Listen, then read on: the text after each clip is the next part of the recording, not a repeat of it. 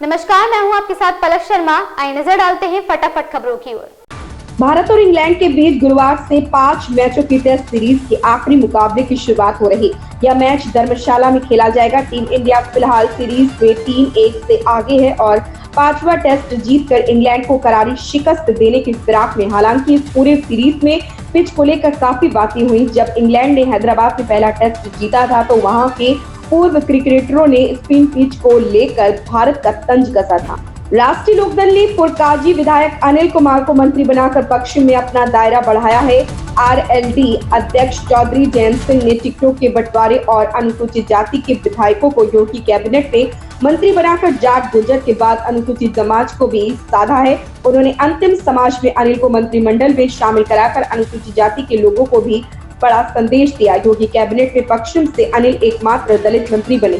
कई भारतीय कंपनियों के ऐप अपने प्ले स्टोर से हटाने वाली गूगल सरकार के दबाव के बाद मंगलवार को इन ऐप को बहाल करने पर सहमत हो गई है। केंद्रीय सूचना प्रौद्योगिकी व दूरसंचार मंत्री अश्विनी वैष्णव ने बताया कि स्टार्टअप समुदाय और गूगल ने उनसे बात की थी, जिसके बाद गूगल ने सहमति दी। उन्होंने उम्मीद भी जताई कि दोनों पक्ष आपस में बात कर समाधान निकालेंगे। रामनगरी अयोध्या से देवभूमि के लिए हवाई यात्रा का इंतजार खत्म हो गया। बुधवार को पहली बार देहरादून एयरपोर्ट से उड़ान भरने वाला विमान महर्षि वाल्मीकि हवाई अड्डे पर उतरेगा।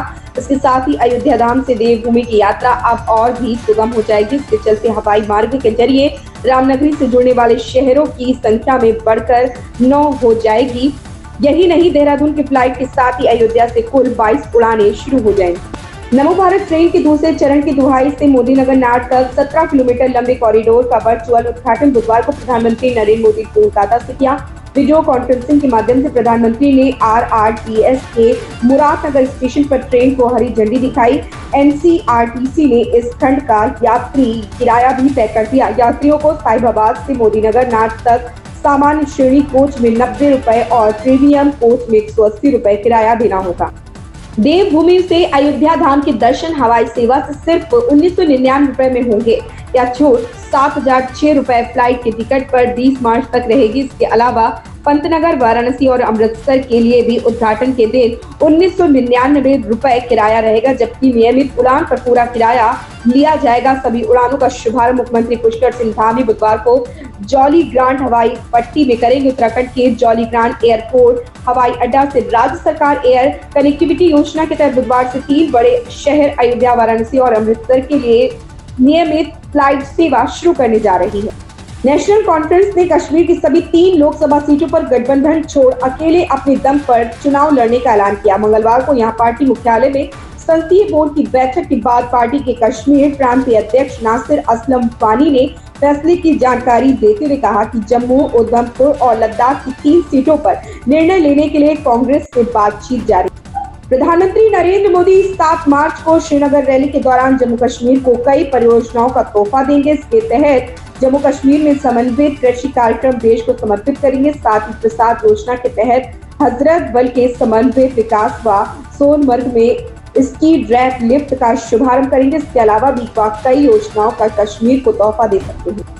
संयुक्त किसान मोर्चा की मुख्य जत्थेबंदियों बीकेयू उग्राहा क्रांतिकारी किसान यूनियन और बीकेयू दकौदा धनेर ने मंगलवार को पटियाला के पुड्डा ग्राउंड में एक विशाल रैली की।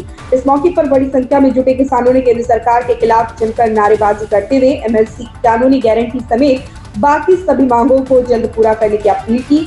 मांगे को न पूरा होने पर आंदोलन तेज करने की चेतावनी भी दी गई। मुख्यमंत्री डॉक्टर मोहन यादव और संगठन महामंत्री हितानंद ने बुधवार को भाजपा कार्यालय से लोकसभा चुनाव के लिए डिजिटल रथों का हरी झंडी दिखाकर रवाना किया। मुख्यमंत्री ने कहा कि प्रधानमंत्री नरेंद्र मोदी के नेतृत्व में केंद्र में तीसरी बार फिर सरकार बने और भारत दुनिया का नंबर 1 देश बने। इसी भाव के साथ फिर एक बार मोदी सरकार और अब की बार 400 के पार के नारे के साथ प्रत्येक लोकसभा क्षेत्रों में प्रचार प्रसार के लिए 2-2 LED रथों को रवाना किया गया है। इन खबरों में बस इतना ही। बने रहें हमारे साथ।